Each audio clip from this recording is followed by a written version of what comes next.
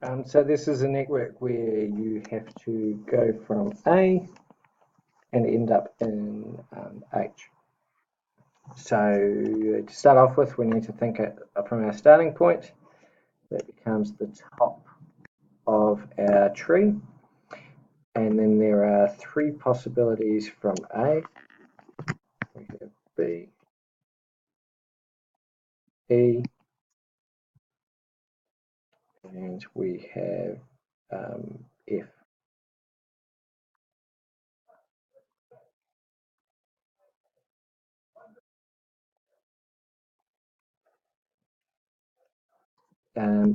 Next thing, once you've done all the possibilities, we need to think about the distances. So to F, it's 20.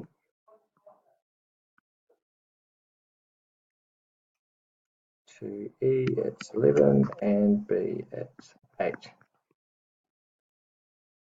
And then what we need to do is think about the possibilities from that point.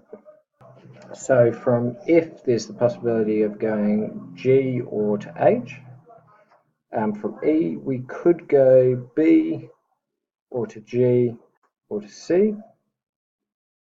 And lastly, with B, we could either go to C or E.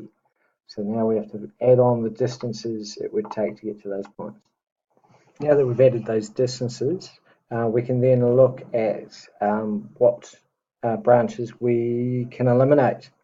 So if we take a look at, first of all, G, we can eliminate this one because over in the E branch over here, we have 21 already.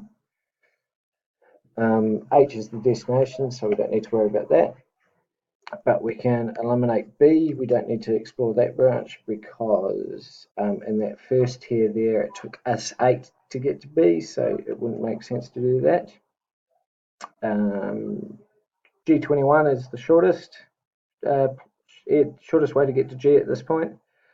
Then we have C24, meaning that we can eliminate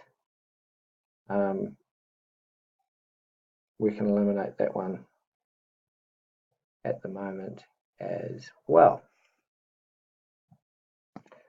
E17 is removed as well because in the first tier we can get to E using 11.